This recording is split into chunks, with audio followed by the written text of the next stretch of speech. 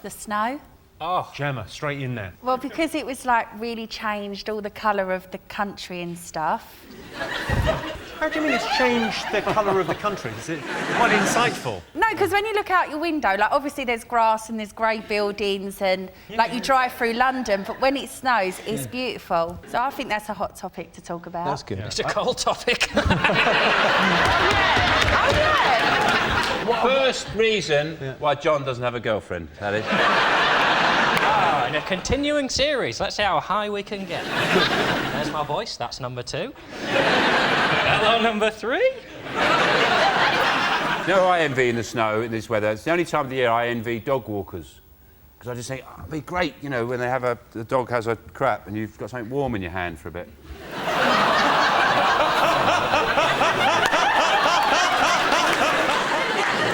Have a look at this car. This is a driver that basically, he cleared his windscreen. How could he possibly have an accident when he's prepared that thoroughly? That's not a cleared windscreen, that's a glory hole. I've seen holes like that in Louis Walsh's dressing room wall. Do you know what I did to de-ice my car? I'd boil like 3 kettles, and then when they were hot, just chuck one over it. That can crack the window screen though. Excellent intervention from Gemma Collins, yeah? Why? Because you're putting boiling hot water on cold, so it can crack. I can't believe we're getting science. Yeah. I'm really impressed. We're doing a bit of Thank science you. together. So hot water on cold, don't do it. Yeah, because it will crack and shatter and it could be dangerous. Because it expands too quickly, isn't it? Yeah. It was very busy. It was very busy, though. A friend of mine works in a puffer jacket factory. And he said they just can't kill the geese fast enough. He said, we're in there, just... So they're just chucking grenades in there now. Richard, you obviously think the snow is very dangerous because you're on a news radio channel. And the news reports often say things like, they always say, only take an essential journey, don't take any non-essential journeys.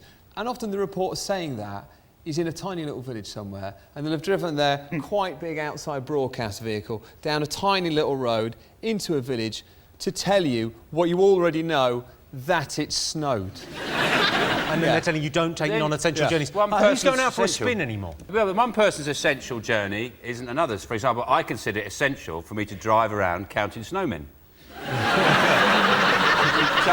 Somebody's got to do that, you know, count the snowman, height, you know, I can't do the weight, that's tricky. Every time I see a snowman, I always think to myself, God, I must get round to building a snowman. Why don't you stop driving around looking at them and use that time to build a snowman? Or take one. Get a van, if there is one you really like, with 2 coals for the eyes and carrot for the nose, perfect.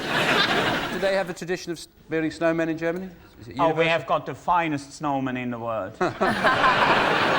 Well, I want to ask about German snowmen. Do they put the coal underneath the carrot? That would look good, wouldn't it? That would look good. Get a bit of coal there. Let's have a look and see if the snow is up there. Yes, Britain continues to be battered by freezing weather. Conditions in Birmingham were described as appalling, with no food on the shelves, schools shut and emergency services stretched to breaking point, and then it began to snow. Let's have Silvio Berlusconi. OK, this week it was reported that 76-year-old billionaire and former Italian Prime Minister Silvio Berlusconi is suing a magazine for photographing him with a harem of beautiful young women. So we asked our studio audience, do you find powerful people more attractive, yes or no? Yes. You know that book, 50 Shades of Grey? Yeah. The guy Mainly that was in it was a very powerful, like, he did turn out to be a weirdo, but he was really powerful, and he had that hold over that woman, and it just shows you that women do like that sort of thing. It wasn't so much a hold as a clamp. You've got a bloke that, like, just ain't powerful, you just don't want him. No, yes I do. Do you? Yes I do. I want someone who's at the end of his rope. Someone who's got no more to lose than he already has. I want someone grateful. What about you, John? Do you like a powerful woman?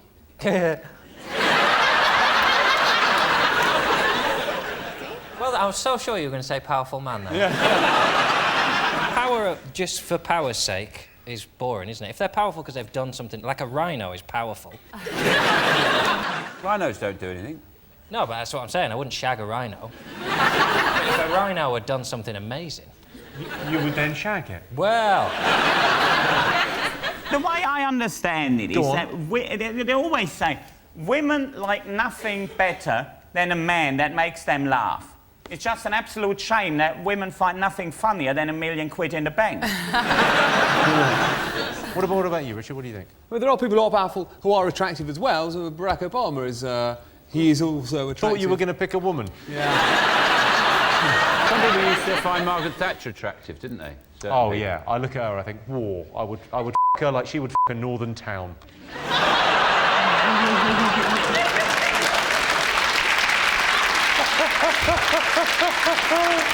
So the question is, do you find powerful people more attractive?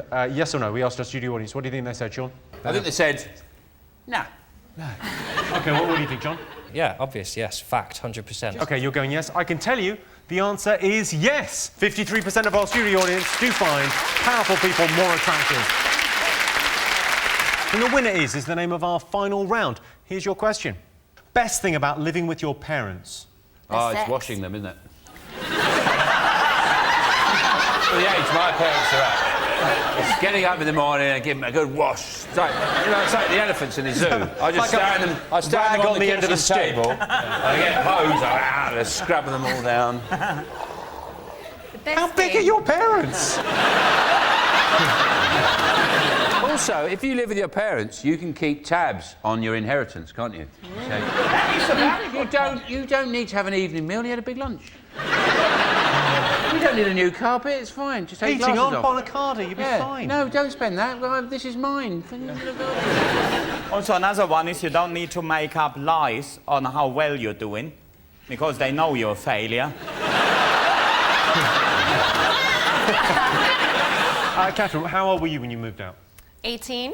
18, and you Yes. never went back? I never went back. I came to the UK by myself, and I'm a working foreign single mom. Whoa. There's no need for a round of applause there. The Daily Mail want her out. What age were you when you moved out? 31. You moved out last year.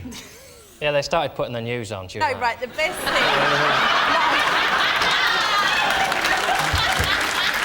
You moved out last year. Well, the best thing about living at home with my mum and dad was I used to ring them from the bedroom and say, can you put the kettle on, and stuff like that.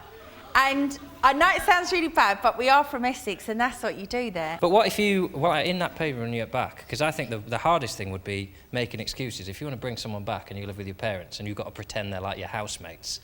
Just do it in your front room. I moved in here quite young, yeah. Hang on. Hang on a second. Hello. Just do it in the front room. If your mum and dad are upstairs, just take them in the front room. Just take him in the front room. What a lovely thought.